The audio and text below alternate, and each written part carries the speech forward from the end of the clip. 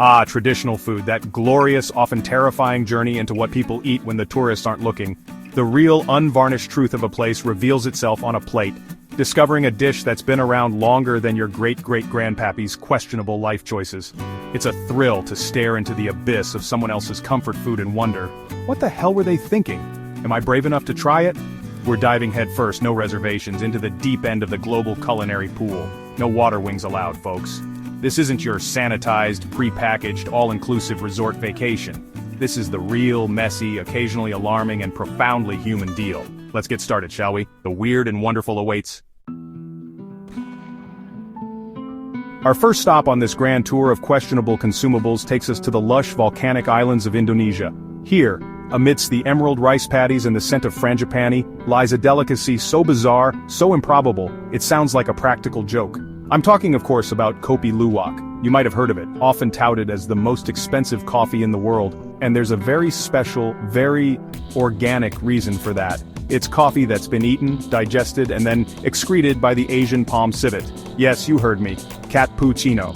Now, the marketing folks will tell you that the civet, a discerning little creature, only picks the ripest, most perfect coffee cherries. Then, as these cherries pass through its digestive tract, unique enzymes supposedly break down the proteins, resulting in a smoother, less acidic, and altogether more magical brew. Or so the story goes. It's a narrative that certainly helped jack up the price to astronomical levels, making it a status symbol for those with more money than sense, or perhaps just a very adventurous Nespresso habit. Visually, once it's processed, and let's just pause for a moment to appreciate the dedication of the person whose job it is to collect these pre-processed beans. It looks like any other coffee bean. Dark, roasted, ready to be ground. Next we journey north, way north, to the land of fire and ice, of Vikings and sagas, and of culinary traditions that can only be described as robust. Iceland, a place where the landscape is starkly beautiful and the food, well, the food can be an acquired taste. And nothing, absolutely nothing exemplifies this more than Hakkarl fermented, or to put it less delicately, rotten Greenland shark. This isn't just food, it's a national endurance test disguised as a snack. The Greenland shark you see is poisonous when fresh. Its flesh contains high levels of urea and trimethylamine oxide, which basically means if you eat it straight out of the water, you're in for a very bad time.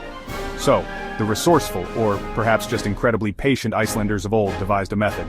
They'd bury the shark in a shallow, gravelly pit, press it with stones to squeeze out the fluids, and leave it there to ferment for 6 to 12 weeks. Then they'd dig it up, cut it into strips, and hang it to dry for several more months. Charming, isn't it? The result is a foodstuff with an aroma that can only be described as potent. Imagine the most pungent cheese you've ever encountered, then multiply that by a public restroom that hasn't seen bleach since the Viking Age, with a top note of industrial-strength ammonia. It's the kind of smell that clears your sinuses and possibly your entire memory of ever wanting to eat again. They often serve it in tiny cubes on toothpicks, which should tell you something about the recommended portion size. Let's wing our way over to China, a country with a culinary history so vast, so diverse it could fill 1,000 lifetimes of eating. And somewhere in that incredible tapestry of flavors and textures, you'll find pidan, or as they're more dramatically known in the West, century eggs. Or 1,000-year-old eggs. Now, despite the ominous name, they haven't actually been festering for a millennium.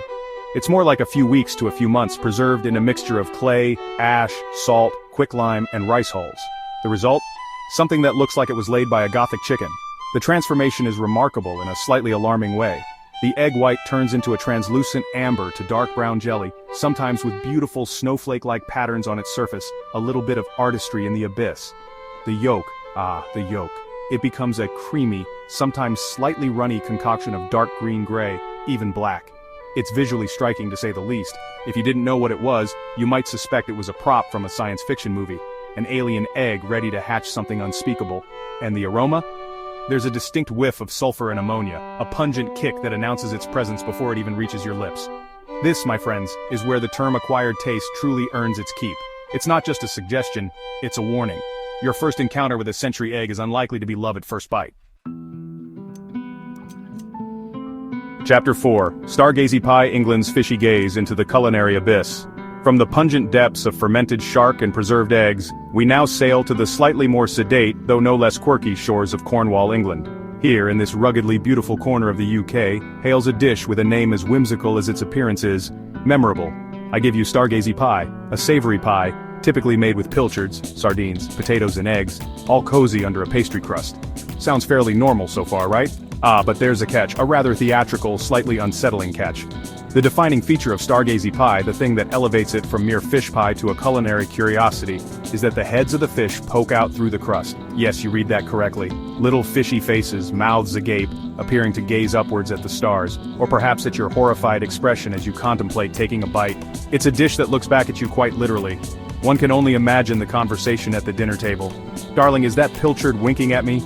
The origin story, like many good food legends, is rooted in heroism and community. It's said to hail from the village of Mousehole, pronounced Mosul because England, and commemorates the bravery of one Tom Bawcock, a local fisherman. During a particularly stormy winter, the village was facing starvation as no boats could go out. Chapter 5. Balut, the Philippines' fertilized duck egg, a street food dare. Our next culinary adventure takes us to the vibrant streets of the Philippines, where we encounter balut. Balut is a fertilized duck egg, incubated, then boiled or steamed. Yes, there's a partially developed duck embryo inside. Feathers, bones, beak, the whole shebang. It's often sold by street vendors at night. Crack the shell, sip the broth, season, and eat. The yolk is rich and creamy, but the embryo's texture varies. For many, it's a beloved comfort food. Yet, for the uninitiated, it can be challenging. It's primal, direct, and a bit shocking to Western palates. But in the Philippines, balut is commonplace. Chapter 6. Surströmming, Sweden's fermented herring, an olfactory weapon of mass destruction.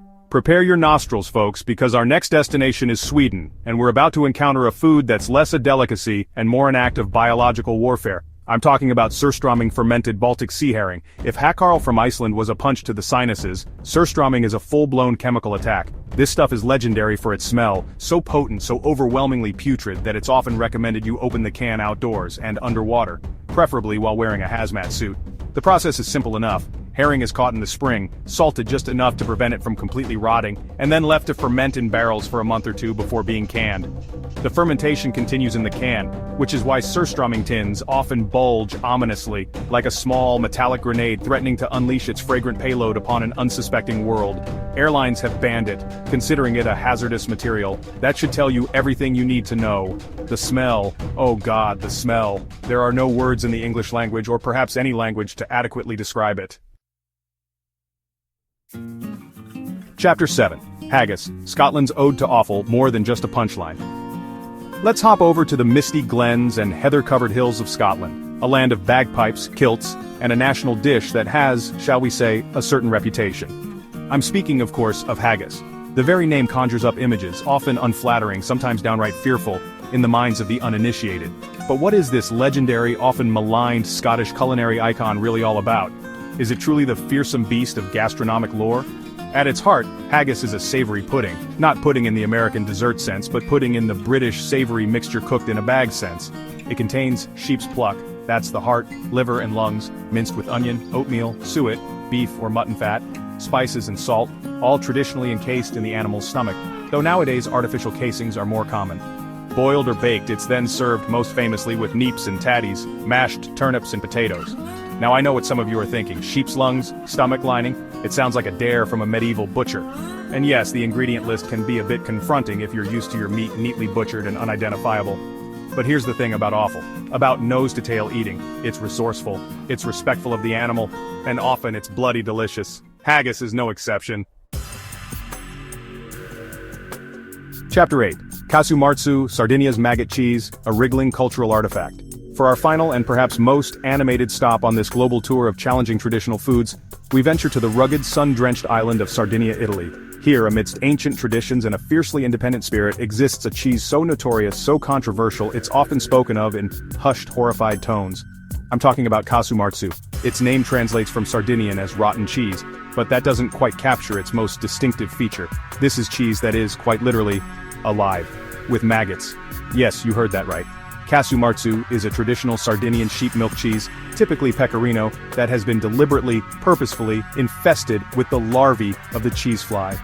These tiny translucent worms, about 8 millimeters long, digest the cheese, breaking down its fats and transforming its texture from firm to incredibly soft, almost liquid, and exuding a pungent, creamy liquid called lagrima or teardrop. It's a process of decomposition, guided and accelerated by thousands of tiny wriggling collaborators. The cultural importance of casu marzu in Sardinia cannot be overstated, despite its illegality under EU food hygiene regulations, though it's often tolerated for traditional production. It's considered a delicacy, a powerful symbol of pastoral traditions and for some an aphrodisiac.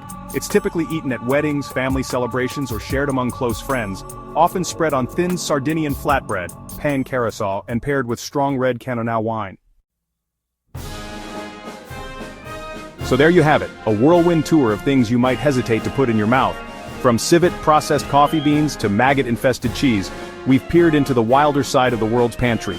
I dare you to seek out these traditional treasures, or stick to the hotel buffet and the familiar comfort of a club sandwich. But if you do take the plunge, be warned, your palate might never be the same. That bland burger back home, it'll seem like a culinary masterpiece, or everything else will taste like cardboard. A delicious, terrifying, and unforgettable gamble for your gustatory senses. Enjoy this little journey into the bizarre and beautiful. Or perhaps you're just morbidly curious and slightly nauseated. Either way, hit that subscribe button. There's a whole world out there waiting to be eaten, explored, and understood. Don't miss out on the next existential food crisis. Until then, travel safe, eat bravely.